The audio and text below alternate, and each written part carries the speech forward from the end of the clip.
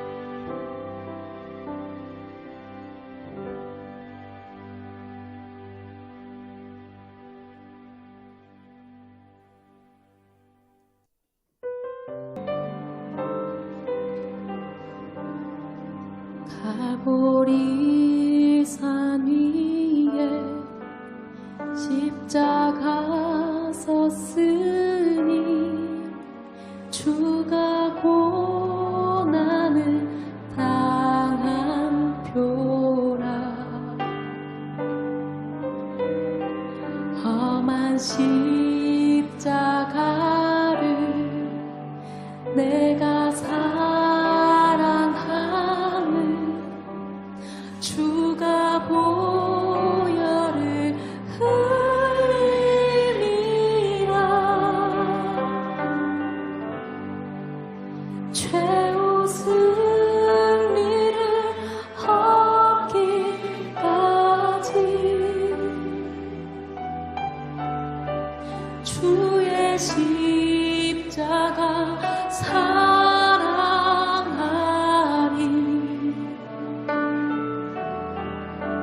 빛난 멸류관 받기까지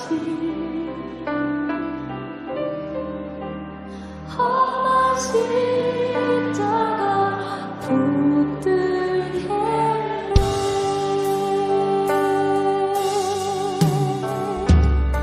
멸시함을 받은 멸시천대 받은 주의 십자가에 나의 마음이 끌리도다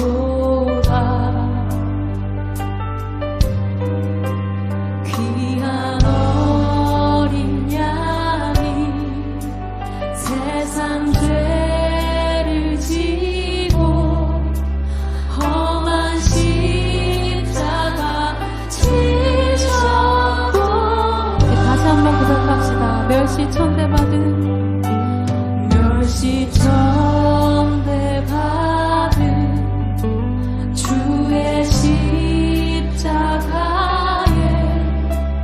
나의 마음이 끌리도다 귀한 어린 양이 세상 죄를 지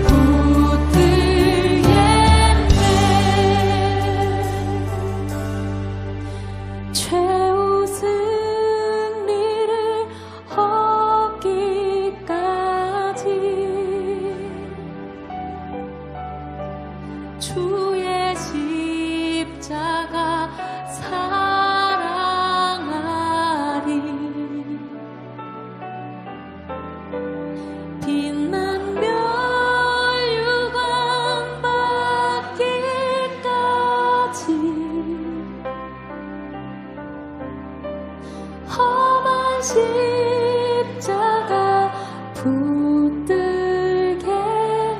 다시 한번 최우승리를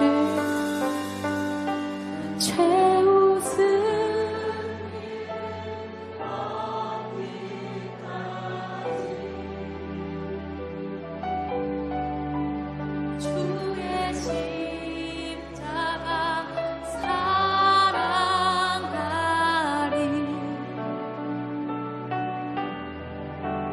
빛난 멸류관 받기까지 험한 십자가 붙들겠네.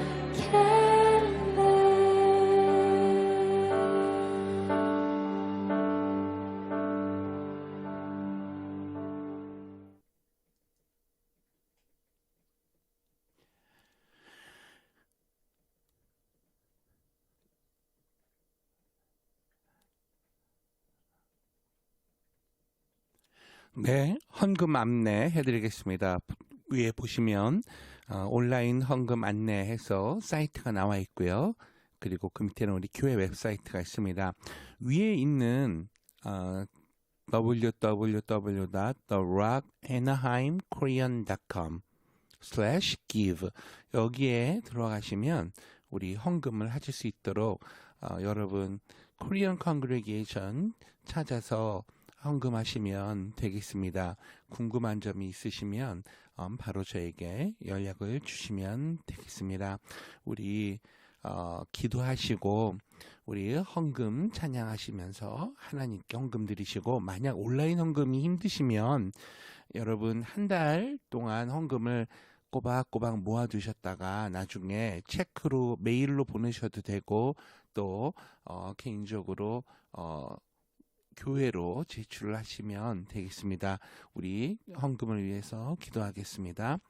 살아계신 아버지 하나님, 귀한 헌금 하나님께 드립니다. 이 물질이 우리의 삶의 우선순위가 아니라 하나님께 드리는 마음이 제일 우선되는 것을 우리가 고백하며 우리에게 주신 하나님의 그 복을 우리가 이렇게 10분의 1을 띄워서 11조 헌금으로, 그리고 감사 헌금으로, 선교 헌금으로 드립니다. 아버지 하나님, 드리는 손길 가정 위에 하나님의 놀라우신 복으로 채워주옵시기를 간절히 바라옵니다. 우리 자녀들은 머리가 될지언정 꼬리가 되지 않게 하시고, 사업과 직장과 그리고 모든 일이 형통하는 복을 주옵소서. 가정이 잘 되고 모든 질병으로부터 아버지 하나님 우리를 보호하여 주시고 또 고쳐 주시옵소서. 귀한 헌금 쓰이는 곳에 하나님의 나라가 확장되게 하시고, 세계 선교와 그리고 우리 지역의 복음을 위해서 복음 증거하는데 귀하게 쓰임받게 하여 주옵소서. 감사드립니다. 예수님의 이름으로 기도하옵나이다. 아멘.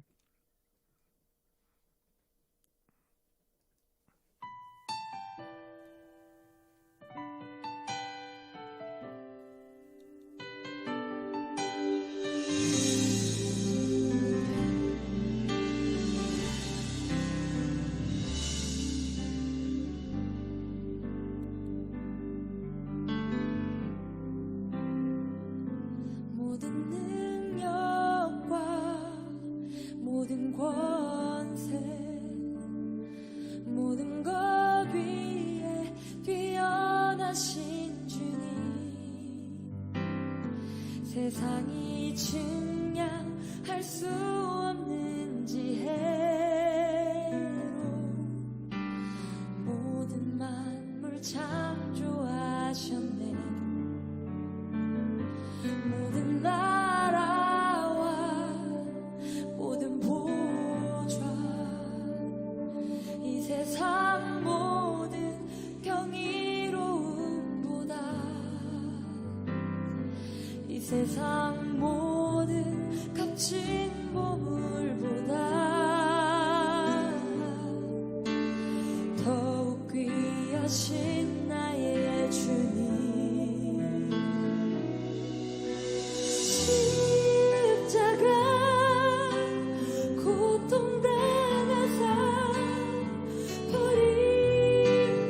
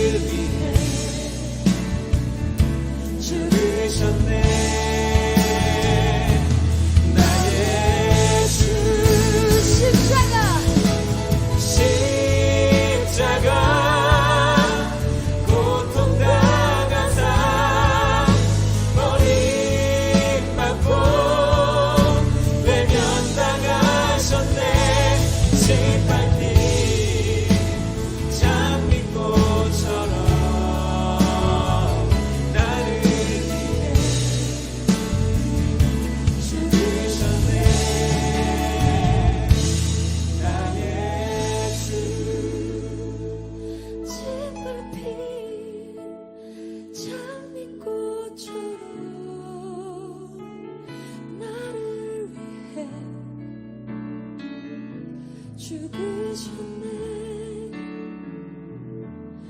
나의 주.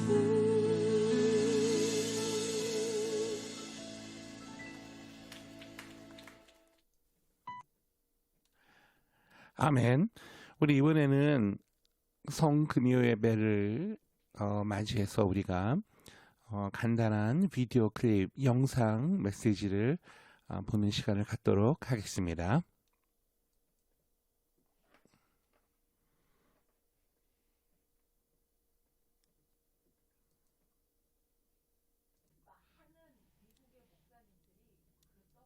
أنتم مع آمنين به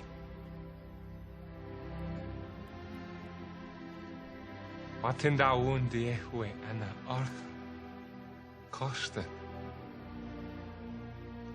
وخايا لا يتينا شلبا لهم بيدي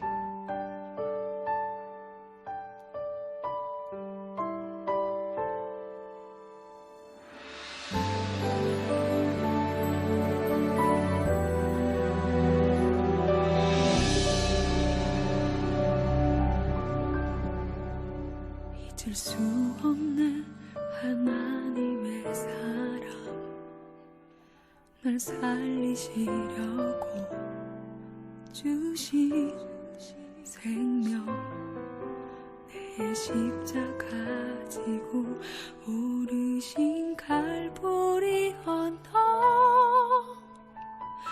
날 향한 사랑 때문에 우리 때문에 생명 주셨고 우리 때문에 고통 당하셨네 우리 때문에 갈보리 오르셨네 오직 우리 때문에 무한내 피 묻은 십자가 날 구하시려고 흘린 사랑 나를 바라보시며 흘리신 용서의 눈물 날 향한 사랑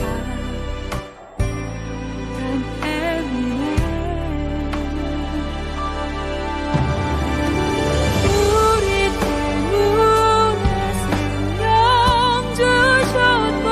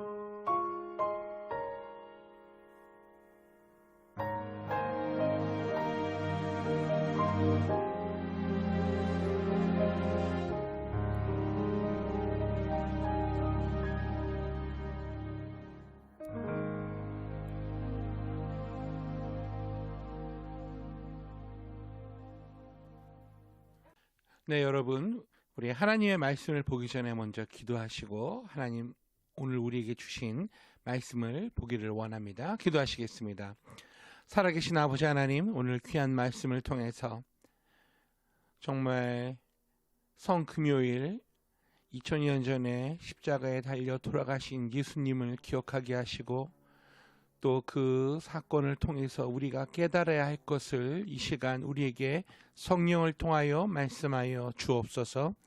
주의 종을 통하여 하나님 말씀하시고 우리 마음에 감동하여 주시고 그리고 앞으로 우리가 이 현실 생활에서 살아가야 할 지혜를 하나님 말씀을 통해서 깨닫게 하시고 그리고 앞으로 살아가야 할 그런 모든 방법과 계획을 알려 주시옵소서. 귀한 말씀 통해 은혜 주실 줄 믿습니다. 예수님의 이름으로 기도하옵나이다. 아멘. 네, 오늘 말씀은 히브리서 출애굽기 12장 1절에서 14절 그리고 43절에서 46절 그리고 누가복음 22장 7절에서 20절 이렇게 말씀이 되겠습니다. 우리 출애굽기 12장 1절부터 14절까지의 말씀을 먼저 한번 보기를 원하는데요. 우리 스크린에는 안 나오는데 우리 성경 제가 가지고 있는 성경으로는 구약 성경 97페이지 되겠습니다. 12장 1절부터 14절까지의 말씀 우리 다 같이 한번 보겠습니다.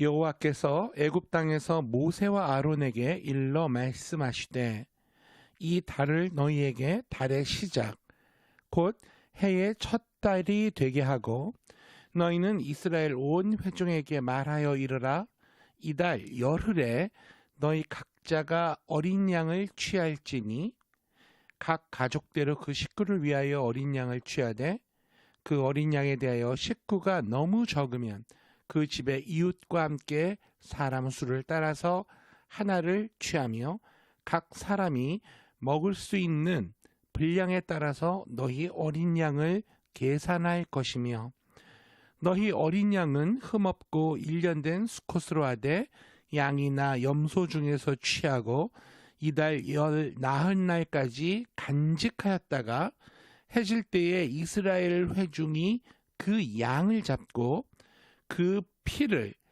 양을 먹을 집 좌우 문설주와 인방에 바르고 그 밤에 그 고기를 불에 구워 부교봉과 쓴 나물과 아울러 먹되 날 것으로나 물에 삶아서 먹지 말고 머리와 다리와 내장을 다 불에 구워 먹고 아침까지 남겨두지 말며 아침까지 남은 것은 곧 불사르라. 너희는 그것을 이렇게 먹을지니 허리에 띠를 띠고 발에 신을 신고 손에 지팡이를 잡고 급히 먹으라. 이것이 여호와의 유월절이니라.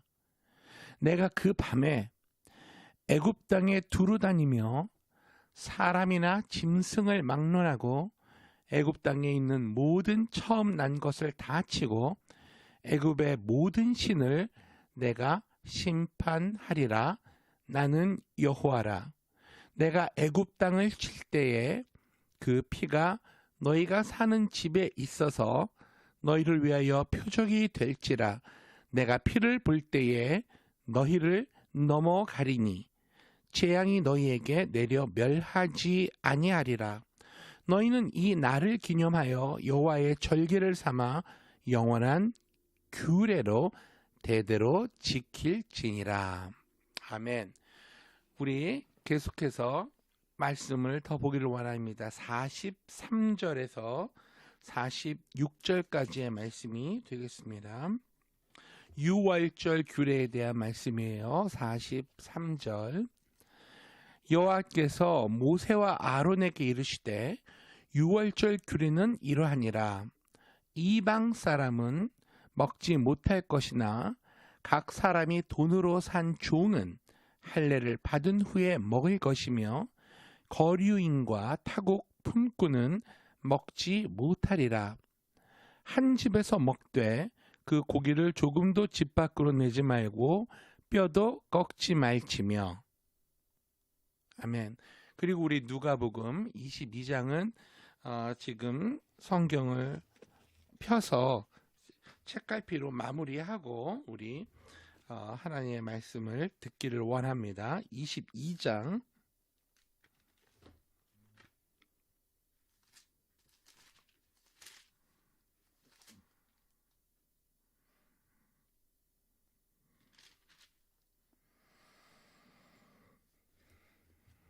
네, 7절에서 20절이니까요. 네, 이렇게 책갈피를 해놓고 오늘 저는 고난주간을 맞아서 성금요일 예배를 드리면서 6월절과 예수님이라는 제목으로 은혜를 나누기를 원합니다. 우리가 오늘 살펴볼 것은 세 가지가 되겠어요. 첫 번째, 6월절이란 어떤 의미가 있는가? 두 번째, 누가복음 22장에 나와 있는 예수님의 십자가는 어떤 사건이고, 예수님께서 십자가에 달려 돌아가셨을 때 7마디를 우리에게 기록으로 남겨주셨는데 그 7언이라고 합니다. 그 말의 의미는 무엇인가? 그리고 마지막 세 번째, 이 성금요일에 우리가 결단해야 할 각오는 무엇인가? 이 세 가지를 가지고 은혜를 나누기를 원합니다. 여러분, 한 가정에서 장자의 죽음은, 즉 맏아들의 죽음은 온 가족의 슬픔이요 절망입니다. 여호와께서 애굽 땅에서 모세와 아론에게 말씀하십니다.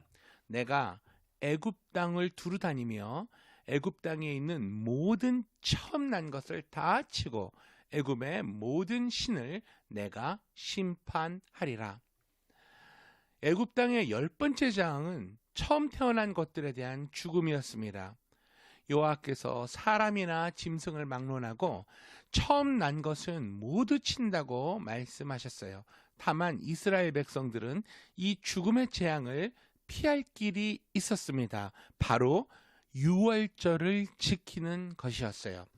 1년 된 숫양이나 숫염소 중에서 흠이 없는 것을 잡아 그 피를 집 좌우 문설주, 기둥이죠. 그리고 임방, 이렇게 위를 지나가는 그런 임방에 바르면 죽음의 그림자가 넘어가게 된다라고 약속을 하셨습니다.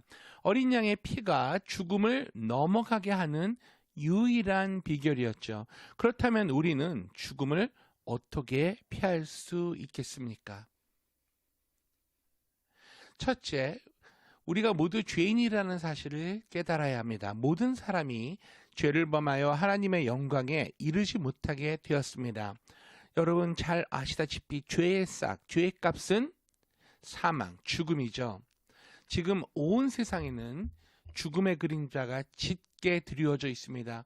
우리가 이 중국으로부터 시작된 바이러스 때문에 엄청나게 두려움에 우리가 공포를 느끼고 있고 집안에 격리되어 있잖아요.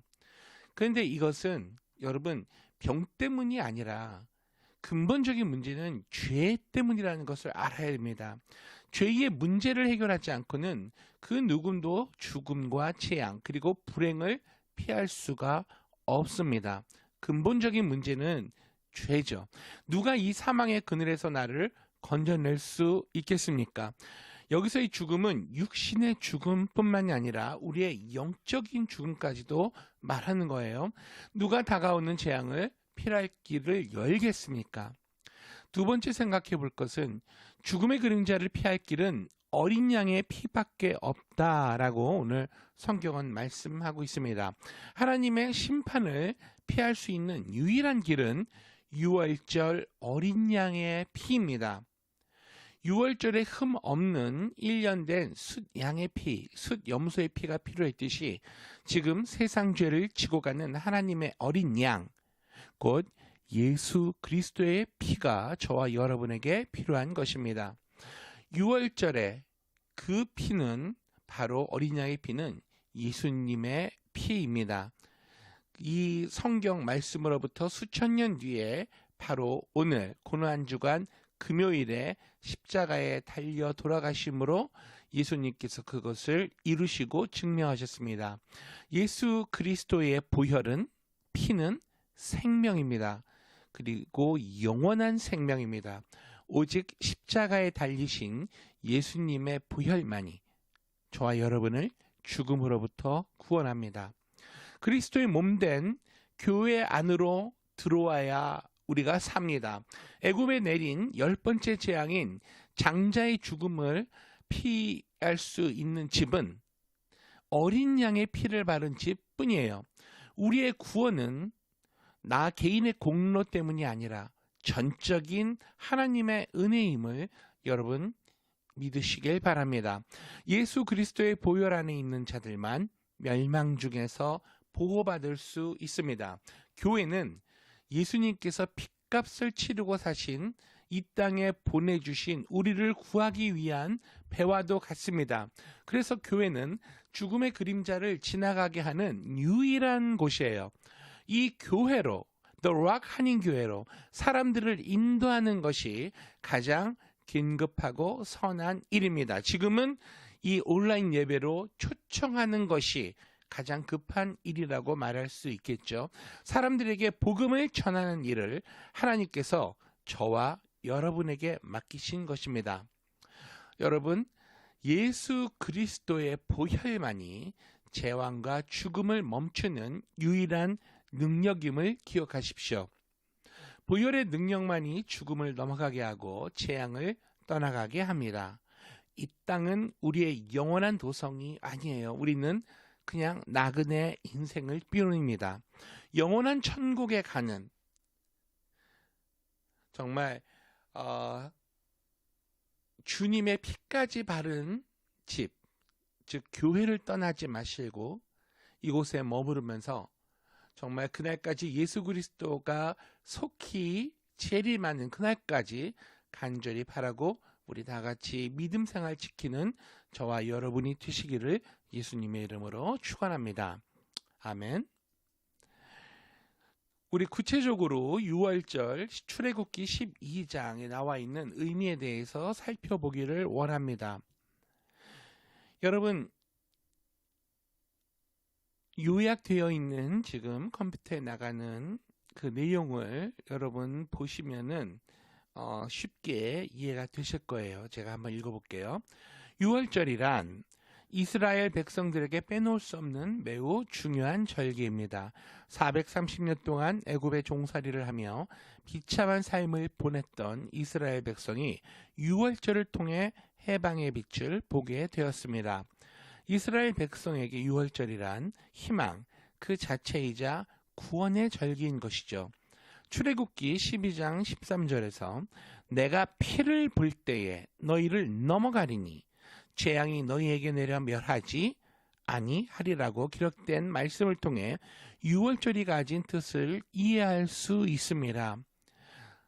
정말 바라옵기는 오늘 이 밤에 우리 집 모두 우리 가정에 예수 그리스도의 피가 발라져서 정말 코로나 바이러스 우한폐렴의 이 죽음의 재앙이 우리 집을 타고 넘어가는 그런 6월절의 역사가 일어나기를 원합니다. 6월절이란 한마디로 재앙이 넘어간다라는 뜻으로 정의할 수 있는데 영어로는 Passover라고 합니다. 히브리어로는 페사흐, 헬라어로는 파스카라고 하고 모두 동일한 뜻을 가지고 있죠. 6월, 유 넘어간다, 월 담을 넘어간다. 죽음의 사자가 어린 양의 피를 보고 그 피가 발라진 집은 6월 넘어간다는 뜻이죠. 주전 1498년경에 애굽 전역에 통곡과 비명소리가 가득했던 날, 오직 6월절을 지킨 이스라엘 백성에게만 이 무서운 재앙이 넘어갑니다. 그날 이스라엘 백성들은 재앙에서 넘김을 받는 6월절의 참뜻을 체감하며 그 중요성을 마음 깊이 새겼을 것이에요. 자, 우리 본문으로 돌아가서 우리 차근차근 보기를 원합니다. 출애굽기 12장 3절 말씀을 보면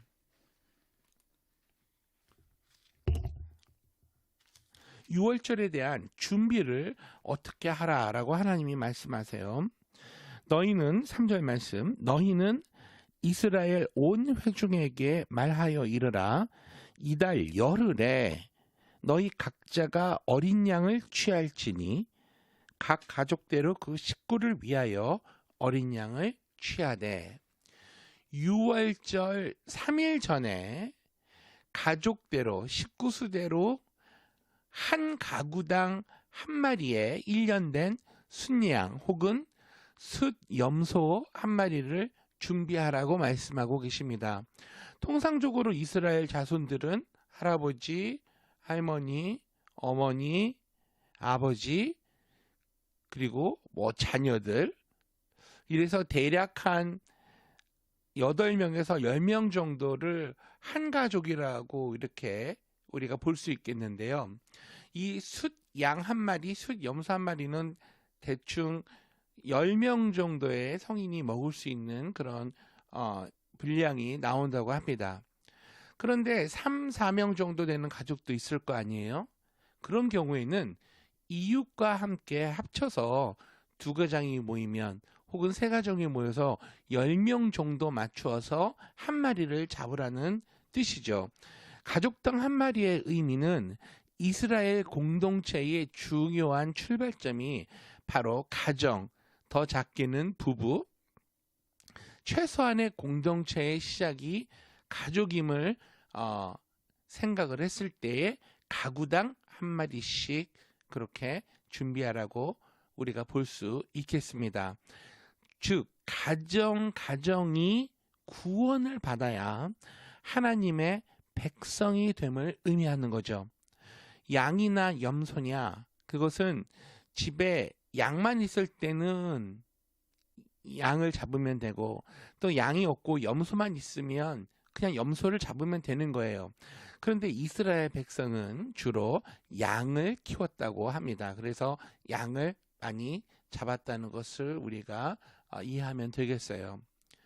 그리고 남는 것이 없도록 어린 양을 잘 이제 잡아야 되는데, 흠이 없고 1년 된 수컷으로 잡아야 된다라고 하나님이 말씀하세요.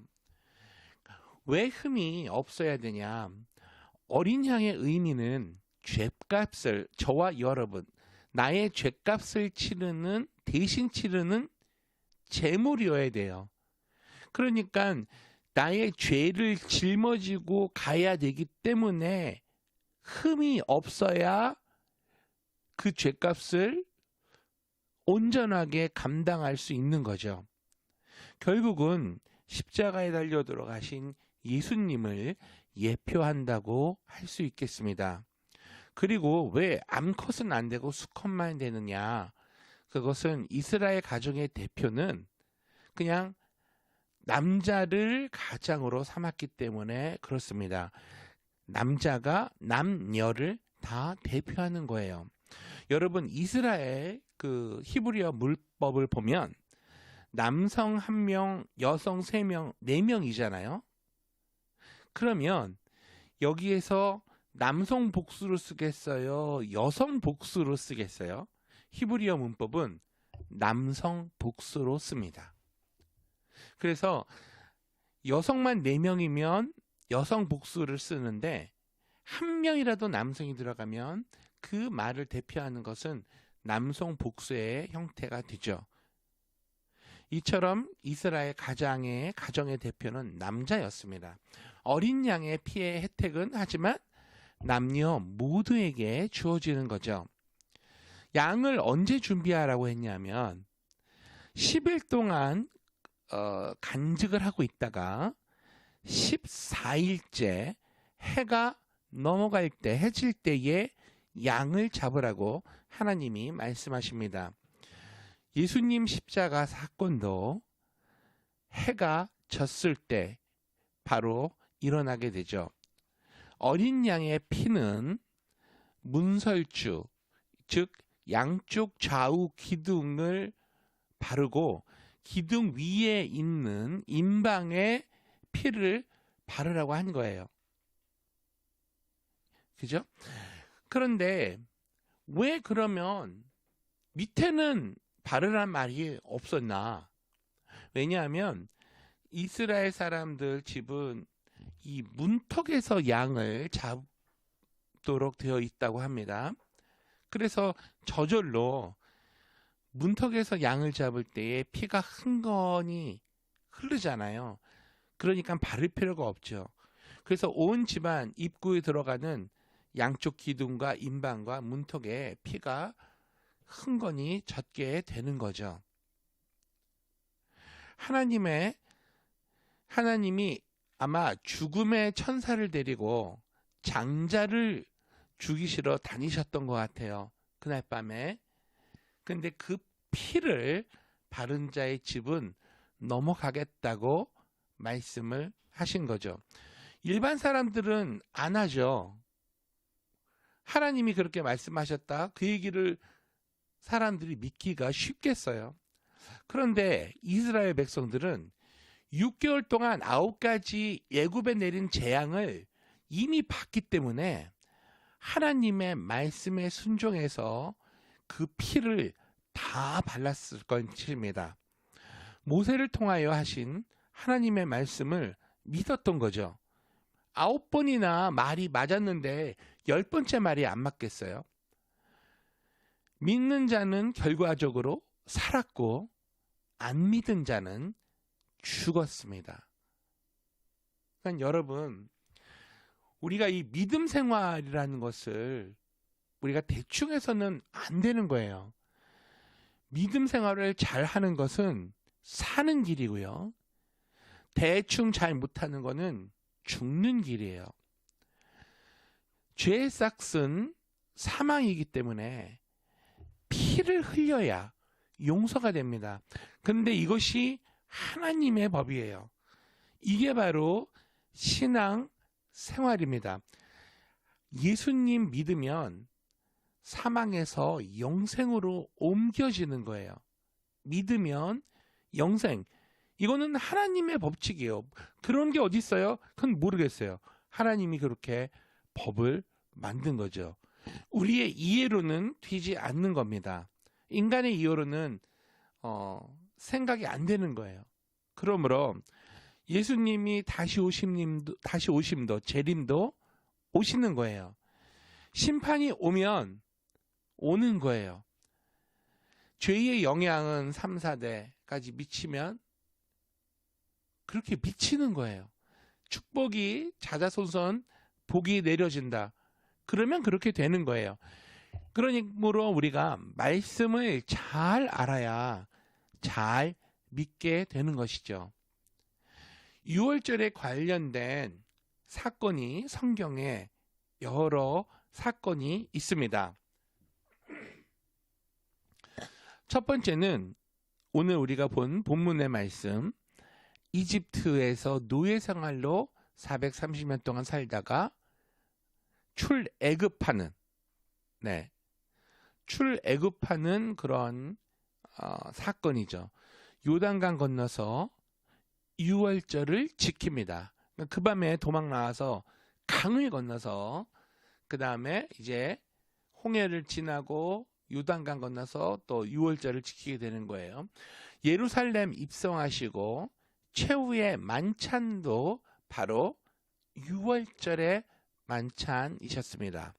히스기야 왕 때 아버지 아하스가 정말 정치를 속된 말로 개판치고 그 아들이 종교개혁을 일으킵니다. 하나님 앞에 회개하고 우리가 하나님으로 돌아가자. 그렇게 종교개혁을 하면서 유월절을 크게 지켰어요.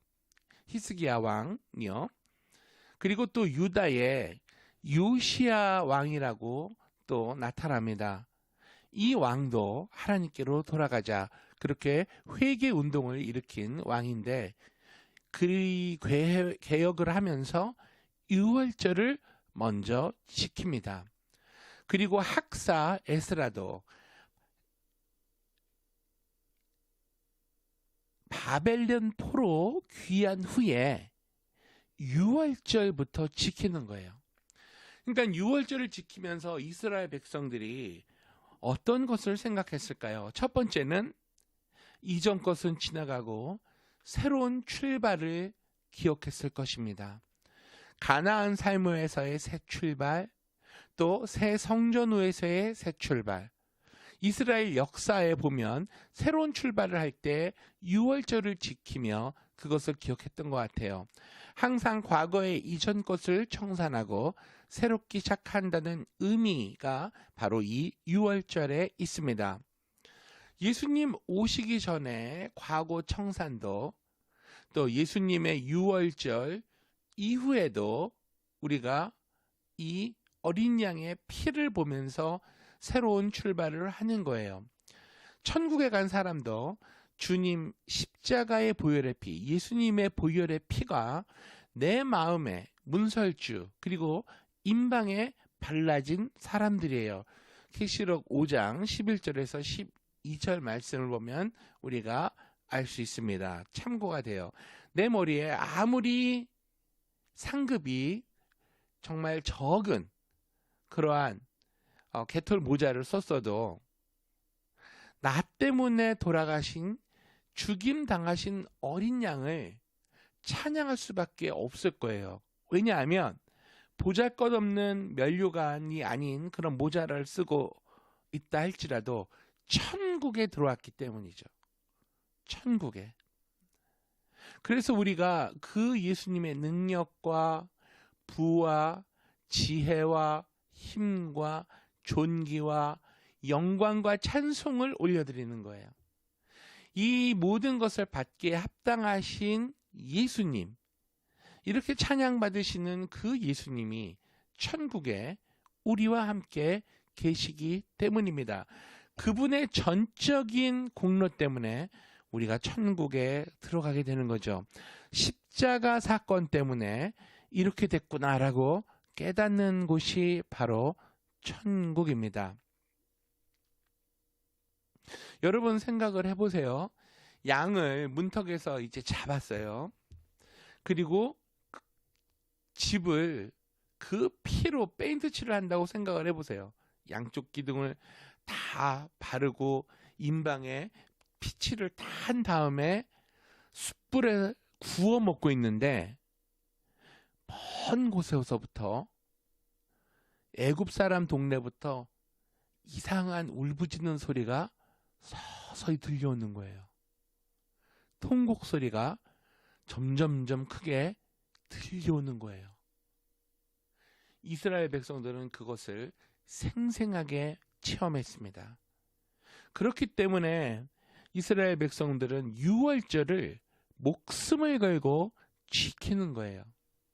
그러면 저와 여러분은 어떻게 이 유월절을 지킬 수 있겠습니까? 예수님께서 그 방법을 우리에게 알려주셨어요. 바로 잡히시기 전날 밤에 최후의 만찬, 성만찬을 하시면서 오늘 우리 기독교가 지키는 그 성만찬을 말하는 겁니다. 구약은 유월절로 지켰지만 우리 신약은 예수님 재림할 때까지 성만찬으로 유월절을 지키는 거예요. 예수님의 피로 바르는 정도가 아니라 이제는 예수님의 살을 먹고 몸을 먹고 예수님의 피를 마시는 거예요. 물론 그렇게 상징을 하는 거죠. 그러니까 우리는 더 세게 지키는 겁니다. 우리 8절 말씀을 한번 보겠습니다. 출애굽기 12장 8절. 그 밤에 그 고기를 불에 구워 무교병과 쓴 나물과 아울러 먹되. 왜 불에 구워 먹을까요? 14일 날 불에 구워 먹고 15일째 애굽, 이집트를 도망쳐 나와야 되잖아요. 다음날. 그러니까 제일 빨리 먹을 수 있는 게 바베큐 하는 거죠. 구워 먹는 거. 그리고 통째로 구워서 내장에 더러운 거 빼고 이렇게 통째로 통구이로 굽는 거예요. 나중에 이 예표된 어린 양의 모습은 예수님이 십자가에 못 박혀 돌아가셨을 때 뼈가 꺾이지 않으므로 똑같이 예표가 된 것, 예수님이 어린 양이 된 희생 제물이었다는 것을 그대로 증명하십니다. 십자가 처형을 받을 때는 이 죄수가 죽었는지 안 죽었는지 로마 군인이 운명을 해도 뼈를 꺾는다고 그래요. 그런데 예수님은 뼈가 꺾이지 않으셨습니다. 통째로 어린 양을 구워 먹었고요. 그 이스라엘 백성들은 그 제물 자체가 예수님을 예표하는 겁니다. 그래서 유월절 어린 양과 내가 먹음으로 하나가 되는 거예요. 양고기 혹은 염소고기를 먹음으로. 그래서 지금도 이 성만찬을 하며 빵과 떡과 포도주를 먹음으로 예수님과 내가 그의 살로 하나가 되고 그의 피로 하나가 된다는 것을 상징하는 것이에요.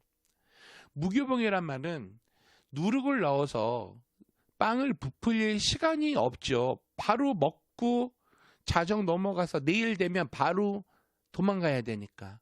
그러니까 이러한 긴박한 상황 속에서 성경에서 또 죄를 상징하는 것이 바로 이 누룩이죠. 옛 생활을 청산하고 새로이 시작하라는 의미도 있습니다. 무교봉에 이스트, 누룩을 넣지 않는 이유는 빨리 먹기 위해서, 그리고 정결케 되기 위한 것을 기억하라는 거죠. 옛 생활을 청산하고 새로이 시작하라는 의미에서 누룩이 들어가지 않은 떡을 먹는 것입니다. 그러면 쓴나물은 무슨 뜻일까요? 애굽의 쓰라린 고통의 의미, 애굽에서 노예 생활을 하며 기억하며 정말 맛있는 양고기를 먹으면서 쓴 나물을 먹는 거죠. 그러면서 내 과거를 정말 양고기와 맛있는 양고기와 먹으면서 쓴 나물이 중화가 되고, 그리고 합력이 돼서 맛을 내는 거죠. 결국은 예수님과 내가 하나가 돼서 하나님이 자랑이 되고 예수님 만난 이후의 삶이 다 합력해서 선을 이루게 됨을 예시하고 예표하는 것입니다. 바로 우리가 주님 때문에 새 출발하는구나 하고 이렇게 생각하면서 성만찬을 함께 하는 거예요. 그러므로 우리는 유월절 저녁을 먹는 거죠. 그러니까 우리가 성만찬을 할 때에 생각을 해야 됩니다. 왜 먹어야 되나? 바로 예수님 때문에 먹는 거예요. 매 시간마다 그 은혜를 생각하는 것입니다. 유월절 지키는 그 지침들 중 난로나 물에 삶지 말라고 하시죠. 구워 먹으라 그래요. 왜 그럴까요? 특별히 또 한 가지 이유는 빨리 먹고 가기 위해서도 그러고, 이스라엘 사람들 그 우상을 숭배했던 종교들이 날고루 고기를 먹든지 삶아서 먹든지 했다고 합니다. 그래서 애굽 사람들, 이집트 사람들이 물에 잘 삶아 먹었대요. 그러니까 이 의미는 이방 종교 사람들과 너희는 구별해서 살아라라는 그런 의미가 포함이 되어 있습니다. 머리, 내장, 정강이 불에 굽지 말고, 그리고 이거는 남기지 말고 다 불태워라. 그러니까 예수님과 한 몸이 되어야 되고, 예수님을 이 어린 양이 예표를 하기 때문에 음식을 남기면 파리도 꼬이고 구데기도 꼬이고 그럴 거 아니겠어요. 그러니까 먹고 남은 거는 다 불태우라는 것이죠. 그리고 급히 먹고 허리띠를 메고 지팡이를 잡고 그렇게 먹어라. 6월절이 끝나면 애굽 사람들이 너희들을 쫓아낼 것이니까 미리 준비하고 떠날 준비를 하고 먹으라는 거죠.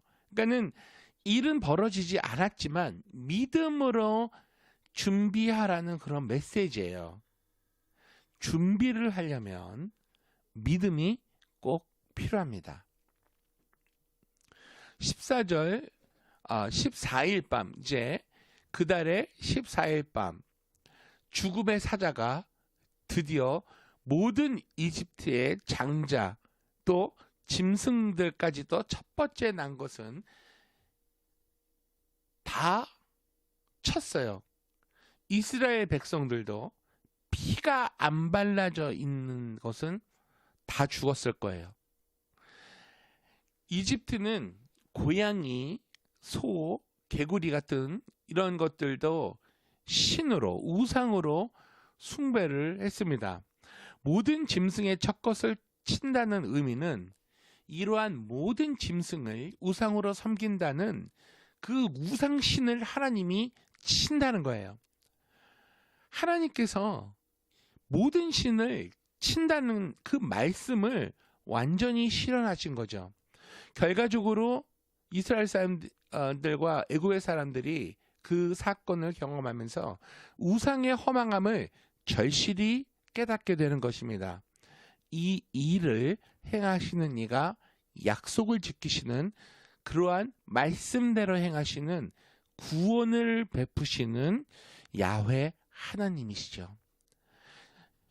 그래서 영원한 규례로 14절에서 지키라고 하십니다. 그러므로 우리는 성 만찬으로 지킵니다. 6월절이란 양을 준비하고 잡고 15일째 애굽을 탈출하는 바로 그러한 기간을 말하는 거죠. 그래서 애굽의 장자가 죽임 당하기 전 일주를 기념해서 유교절, 그리고 15일부터 출애굽해서 일주일을 무교절을 지키는 거예요. 왜 또 하필이면 일주일일까요? 7일 동안 무교절은 깨끗한 것을 먹는, 또 누룩을 넣지 않는 빵을 먹으라는 건데 왜 하필이면 7일이냐? 이스라엘 사람들에게 있어서 7은 완전한 숫자를 의미합니다. 결국 7일 동안 무교절을 지키라는 또 의미는 완전히 새 것이 되었다고 기억하고, 6월절 이후에 새 것이 되었다고 기억하고 삶을 바꾸라는 말이에요.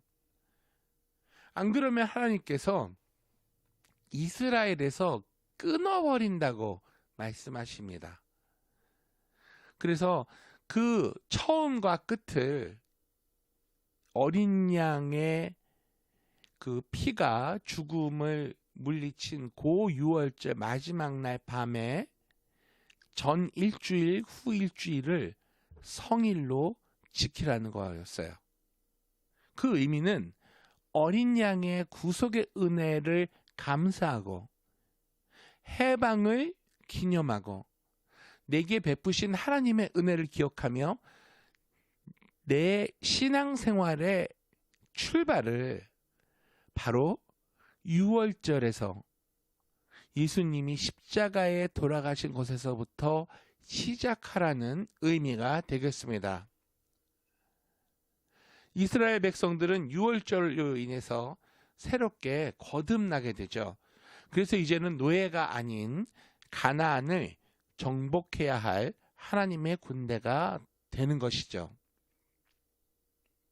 19절, 20절 말씀 우리 한번 보기를 원하는데, 출애굽기 12장 19절 말씀, 이래 동안 7일 동안은 누룩이 너희 집에서 발견되지 아니하도록 하라. 무릇 유교물을 먹는 자는 타국인이든지 본국에서 난 자든지를 막론하고 이스라엘 회중에서 끊어지리니. 하나님 무서운 말씀을 하시죠. 20절, 너희는 아무 유교물이든지 먹지 말고 너희 모든 유하는 곳에서 무교병을 먹을지니라. 아멘. 21절 말씀은 이제 모세가 하나님으로부터 지침을 받은 후에 장로에게 지침을 내리는 그런 장면이 되겠습니다. 장로는 아무나 되는 것이 아니라 12지파 중에서 영향력 있는 가문이 장로가 되죠. 모두에게 당부, 이스라엘 백성 모두에게 당부하는 것과 같은 의미입니다. 그리고 거기에 보면 또 우슬초로 나를 정결케 하소서, 그런 표현이 나와요. 우슬초는 이렇게 잔털이 많아서 피가 잘 묻는다 그래요. 피가 잘 흡수되어서 바르기 좋다는 거죠. 그래서 문든 병을 제사장이 이스라엘 백성들 습관 중에, 풍습 중에 정결케 할 때도 우슬초로 뿌려줍니다. 그리고 아침이 되어도 문 밖으로 나가지 말라고 하셨어요. 왜? 추우니까. 결국 하나님의 말씀을 의심하지 말고 끝까지 믿어라라고 계속해서 우리에게 교훈하고 계십니다. 아마 하나님께서 미가엘 같은 그런 천사장을 데리고 다니면서 그날 죽음의 사자, 천사의 역할을 미가엘 같은 천사가 감당했을 거다라고 추측을 해봅니다. 대신 어린 양의 피가 있으면 담을 넘어가셨다고 말씀하셨어요. 그래서 25절 말씀에 하나님께서 이렇게 말씀하십니다. 너희는 여호와께서 허락하신 대로 너희에게 주시는 땅에 이를 때에 이 예식을 지킬 것이라. 26절 이후에 너희의 자녀가 묻기를 이 예식이 무슨 뜻이냐 하거든 너희는 이르기를 이는 여호와의 유월절 제사라. 여호와께서 애굽 사람에게 재앙을 내리실 때에 애굽에 있는 이스라엘 자손의 집을 넘으사 우리의 집을 구원하셨느니라 하라. 하며 백성들이 머리 숙여 경배하니라. 그러니까 우리의 신앙 생활 중에서 여러분, 내가 어떻게 죄사함을 받고 내가 어떻게 예수의 피의 공로를 우리가 받아서 은혜를 입었다는 것을 영원히 잊지 말아야 되겠어요. 그리고 그것을 찬송해야 되는 것이 바로 우리의 신앙의 고백이 되어야 되겠습니다. 그 정도로 우리가 이 유월절을 기억하며 예수님을 기억해야 되겠어요.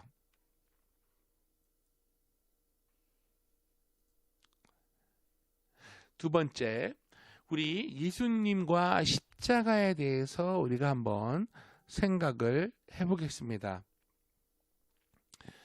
일단 고난주간의 예수님의 행적을 우리가 한번 살펴보기를 원합니다.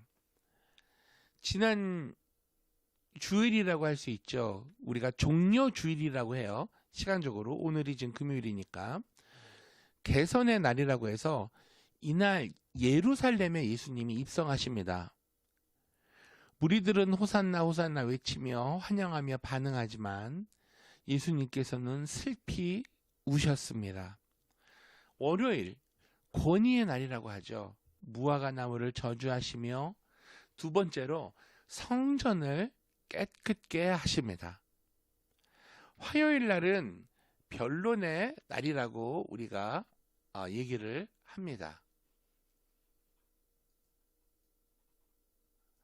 예수님의 권위에 대한 질문을 받으시고 경고에 대한 세 가지 비유를 말씀하십니다. 두 아들과 악한 농부와 혼인잔치에 대해서 얘기를 하셨고, 그리고 지도자들과 논쟁을 하시며 예루살렘 멸망에 대한 경고를 하십니다. 바로 이 화요일 날 유다가 반역하게 되죠. 마태복음 21장, 누가복음 20장 잘 나와 있습니다. 수요일에는 어떤 일이 일어났을까? 예수님을 죽이기 위한 음모가 시작이 됐고, 바로 목요일은 예수님이 유월절 식사를 하시고 최후의 성만찬을 하시고 예수님께서 고별 설교를 하시고 중보기도를 하십니다. 그게 어제 저녁이에요. 그러니까 유대력으로는 2020년도는 어저께가 유월절이었던 거죠. 그리고 바로 오늘 금요일이 순환의 날이십니다. 새벽부터 배반당하고 예수님은 잡히셨어요. 공회 앞에 예수님 서셨고 빌라도의 신문을 또 받으시고 그리고 나서 십자가에서 처절히 돌아가십니다.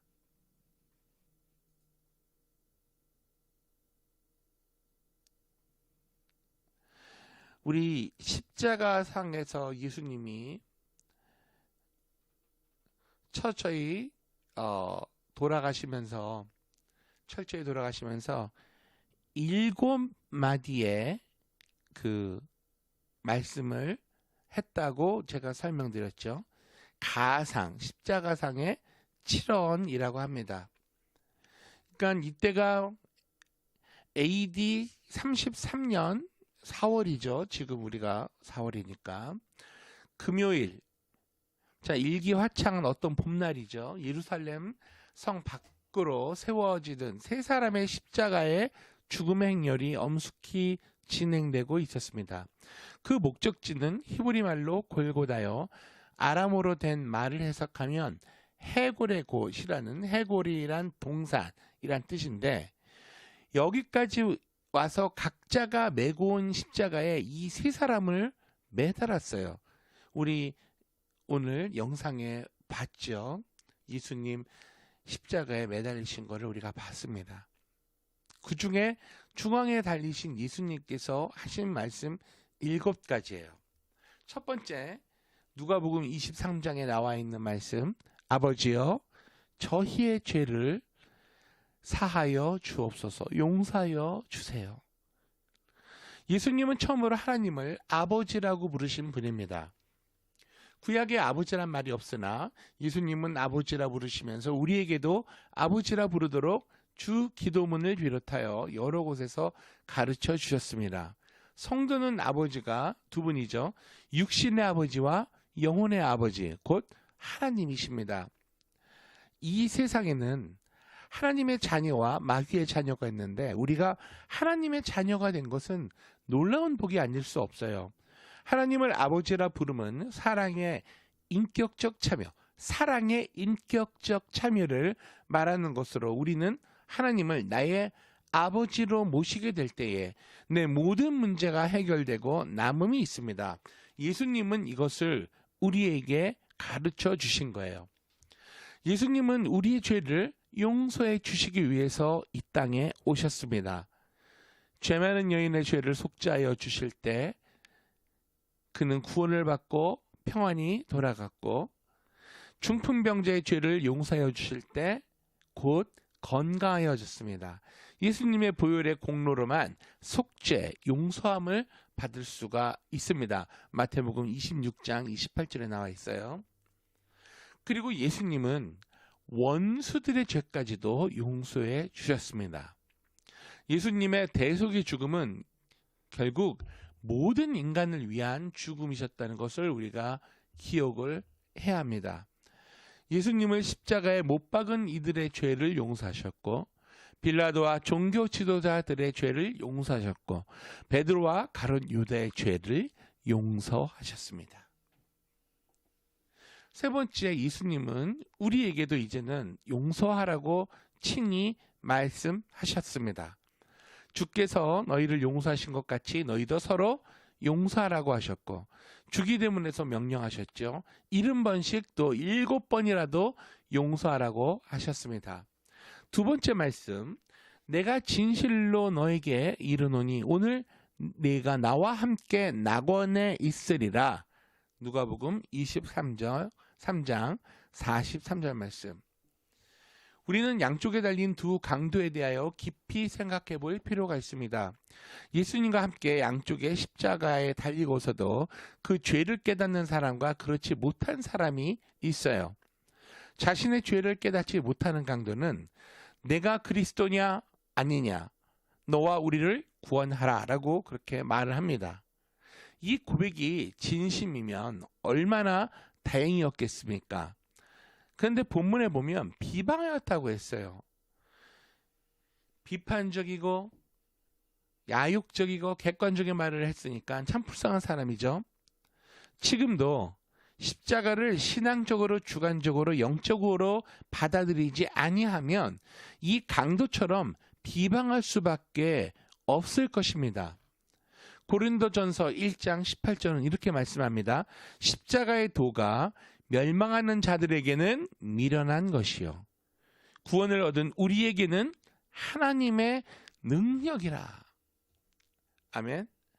지금도 강도처럼 죽어가면서 회개할 생각은 하지 않고 비방하는 자가 많아요. 고난과 십자가에서는 선한 말이 나오기 힘든 모양입니다만 가운데 계신 예수님이 하나님의 아들인 줄 알고 구세주임을 알았다면 구원을 호소하였을 것입니다. 바로 그런 강도가 있었죠. 이 사람에게 예수님은 오늘 네가 나와 함께 낙원에 있으리라고 약속하시는 것입니다. 세 번째는 주님 여자여 보소서 아들이니이다 라고 말씀을 하셨어요. 세 번째 주님의 눈동자 예수님의 눈이 집중된 곳은 그의 어머니 마리아가 계신 곳입니다. 요한복음 19장 25절 말씀을 보면 예수님의 십자가 곁에는 그 모친과 이모와 클로바의 아내 마리아와 막달라 마리아 등 네 여인이 울고 있었어요. 이때 예수님은 울고 있는 어머니를 바라보면서 여자여 보소서 아들이니이다. 그렇게 하시고 요한에게 보라 내 어머니라고 하면서 어머니를 부탁을 합니다. 마리아는 예수님 때문에 고난을 겪은 여인이죠. 어머니 마리아요. 예수님을 성령으로 잉태하게 되어서 남편에게 미안한 마음을 가지고 있었을 거예요. 이제 예수님을 먼저 보내는 어머니의 마음은 한없는 슬픔이 밀려왔을 것입니다. 아까 우리 영상에서 본 것처럼요. 예수님은 바로 그 어머니를 요한에게 부탁하고 있습니다. 세 번째, 제3원의 이 말씀 여자여 보소서 아들이니이다 우리에게 주시는 교훈임을 잊지 말아야 되겠어요. 자, 네 번째 말씀 엘리 엘리 라마 사박다니 마태복음 27장 46절에 있는 말씀입니다. 나의 하나님 어찌하여 나를 버리셨나이까. 이것은 말할 수 없는 고뇌에서 비롯된 절규였습니다. 죄 없는 자가 정죄를 당하고 허물 없는 자가 박해를 받으며 은혜 베푸는 자가 잔인하게 죽어가는 일이 역사상 처음 있었던 것은 아니에요. 인간의 죄를 홀로 지시고 하나님께 버림을 당하시는 순간 주님으로서는 매우 심각한 3시간 정도의 시간이었어요. 이때부터 주님은 세상에 대하여는 더 할 말씀이 없고 성경에 응하기 위한 말씀만을 하실 뿐이었습니다. 이런 절규를 통해서 우리는 주님도 우리와 같은 육신의 몸을 입고 있었다는 것을 알 수 있어요. 얼마나 고통스러웠으면 엘리 엘리 라마 사박다니 나의 하나님 어찌하여 나를 버리셨나이까 이렇게 울부짖으셨겠습니까?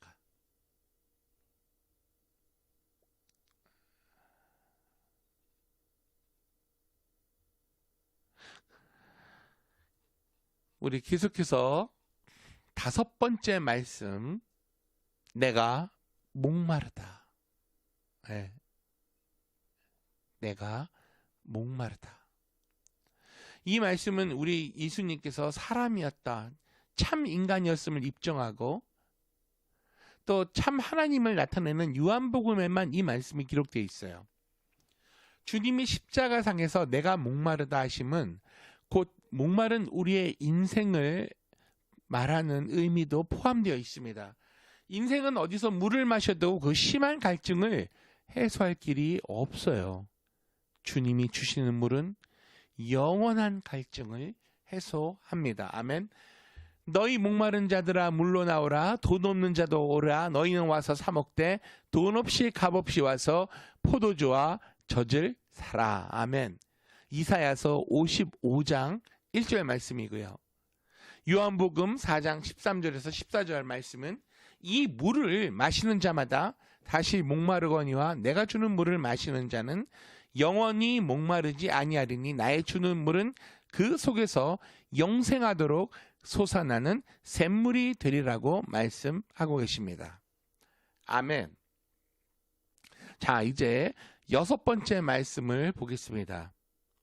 다 이루었다. 요한복음 19장 30절 말씀. 십자가에 달리시기 전날 밤에 가죽 채찍으로 39대의 매를 맞으셨습니다.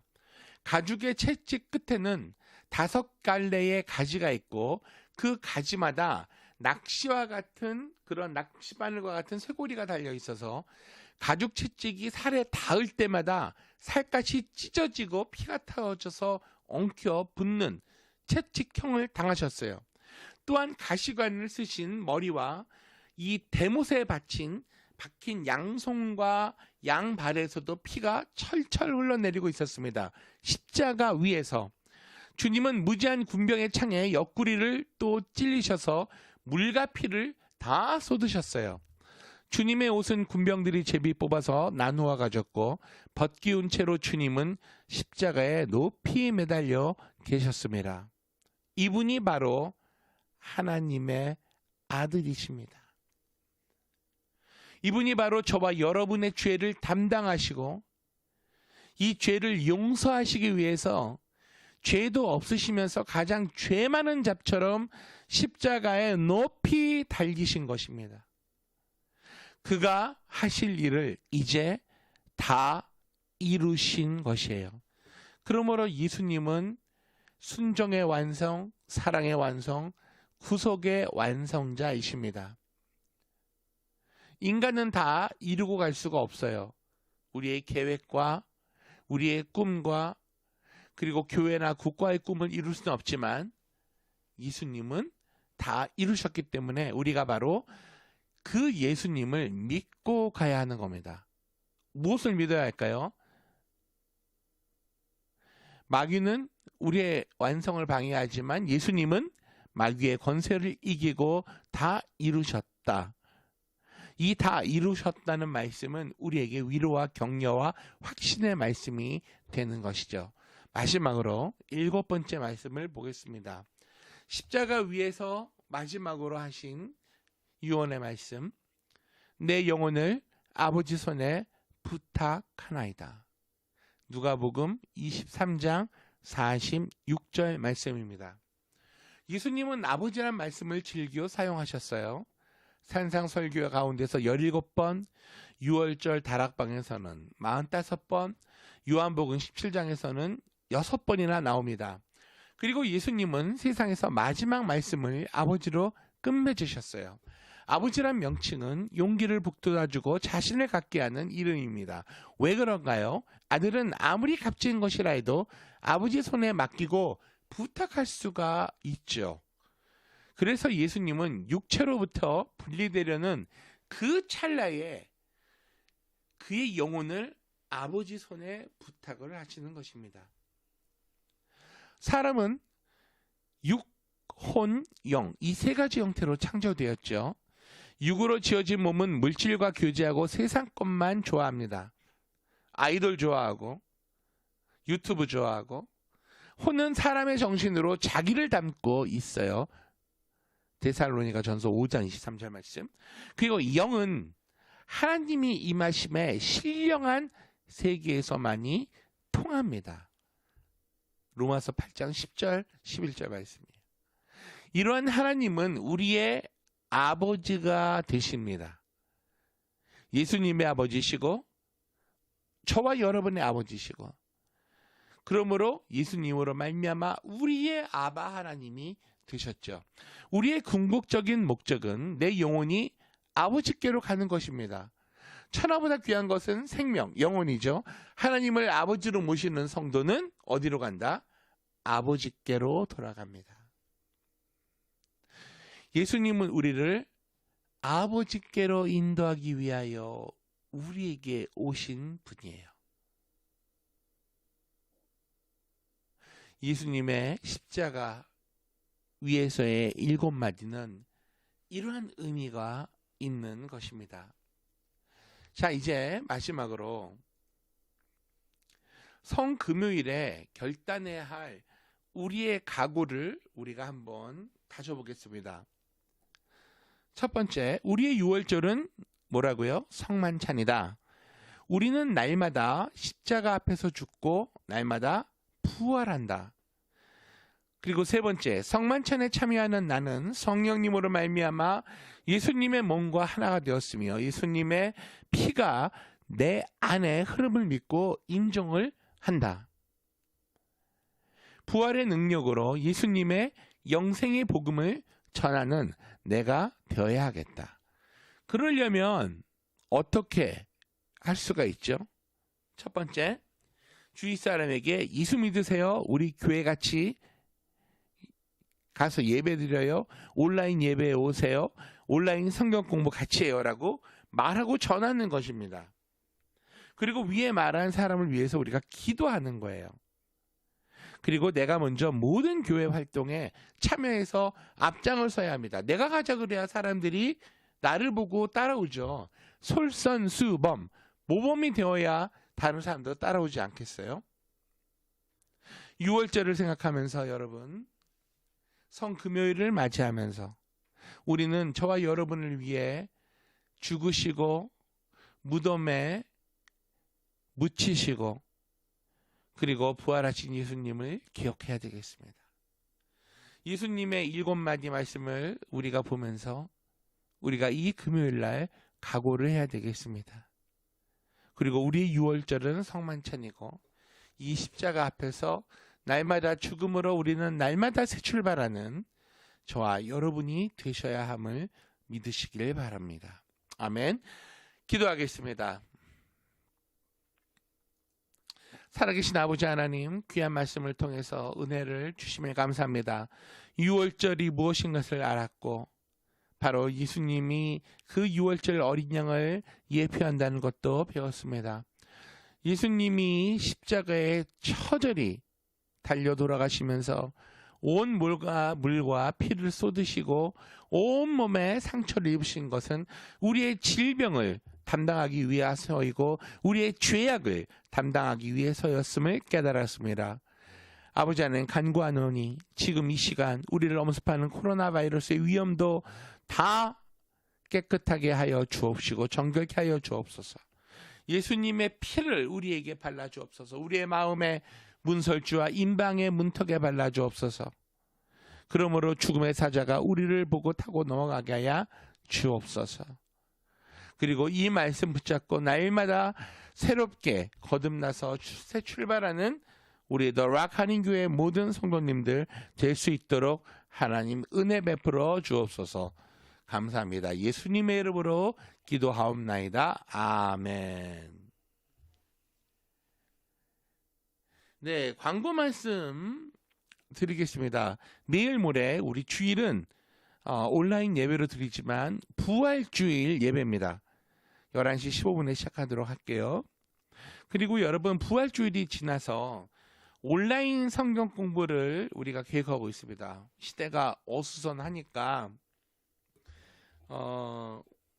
저를 가르쳤던 또 저희 집사람을 가르쳤던 우리 목사님 김 목사님 계세요. 신학교 교수님이신데 이분의 성경 해석이 참 평신도가 듣고 이해하기에 참 좋아요. 그래서 성경을 제 평생에 여러분과 함께 chapter by chapter 진짜 쭉 성경을 지금부터 한번 통과를 하고 싶은데 일주일에 한 번씩 공부하면 한 10년 정도 걸릴 거고요.